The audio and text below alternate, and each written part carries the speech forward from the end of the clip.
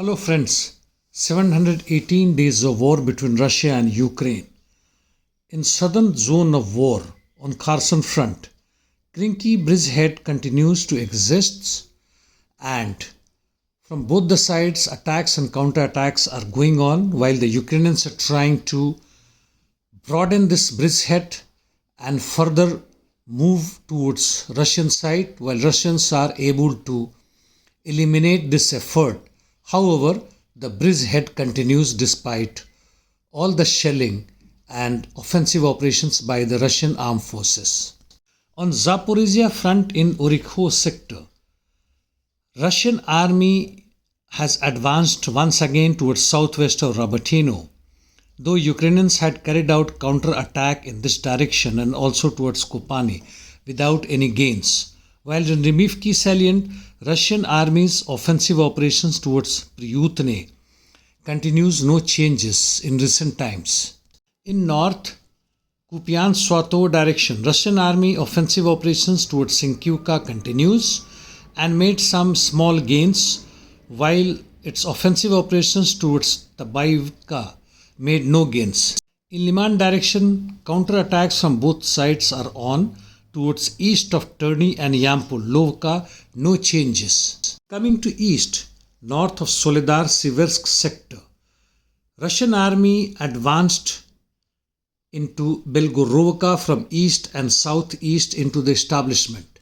Bakhmut front, fight continues for Bogdanovka area. Russian army advanced and occupied Popansky forestry and part of adjacent regions. Ukrainians repelled Russians' assaults between Krasnoye and Klishchivka. No changes towards Klishchivka. West of Bakhmut, positional battle is closing in towards Chasiv Yar, though no major gains. Inside Avdiivka in north side, Russian army reached south of Blue Lake and fight is continuing between Quarry and coke plant. Towards Stepo, it made gains almost 150 meters on northern flank. Towards Ukretino, positional battle, no changes.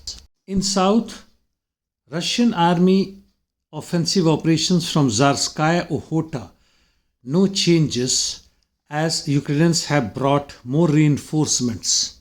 Towards Pervomaisky, fight is in the center of the city and Russians have made some small gains. On Marinka front, west of the city, Russians have reached center of Zorzievka and towards southeast of Mikhailivka, Russians' counter-offensive continues and they have made some gains again. Ukrainian military experts have opined that they don't want story with Bakhmut to be repeated in Avdiivka. However, apparently, it will be so, as it can be seen that Russian army continuously implementing successfully its plan to bypass Avdiivka coke and chemical plant from east and southeast. And if nothing special is done, they will be able to complete their operation within weeks, if it not in days, as they also say, which is apparent that road through Orlovka and Lastokino, that is being denied for the Ukrainians. An alternative communication through Tonenko and Sivernoye is only 2.2 kilometers from this road.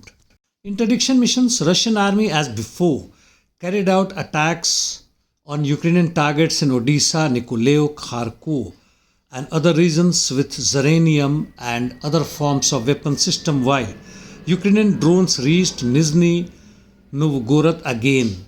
They also attacked Belgorod and other adjacent regions. Ukrainian semi-submersible unmanned boats tried to hit Russian civilian transport ships in southwest Black Sea. However, the Russian patrol ships and naval aircraft repelled the attack. Palestine Israel Middle East on Gaza Strip.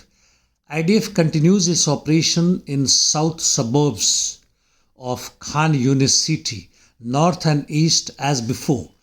They are also planning to target Rafah and they have already hit Supply Investigation Department, which killed 11 Palestinian police and civilians in east of Rafah. IDF struck with air power in South Lebanon, killed another senior Hamas official.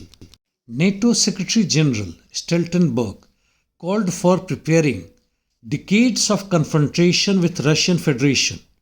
He is more of a lobbyist for military-industrial complexes and less of NATO Secretary General. I am saying so because he further proposed arm race. Look at him.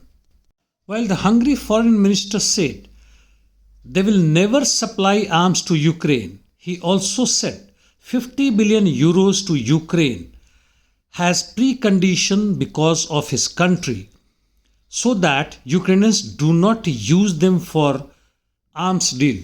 Do you think Ukrainians will agree to this after they get the money?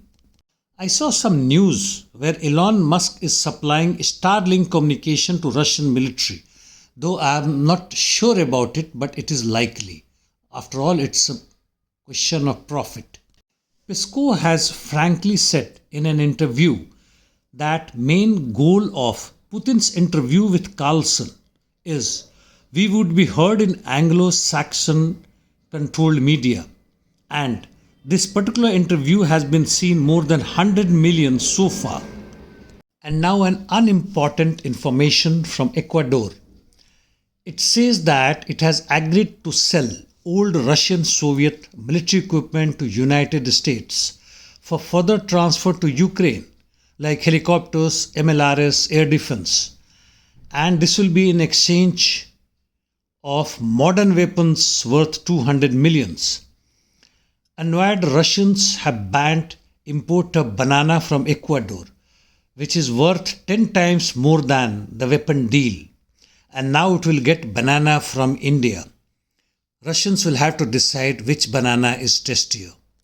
And climate in New Delhi, where I reside, is cold, foggy and full of pollution. Well, that's the end of my talk today, friends. See you tomorrow. Thanks.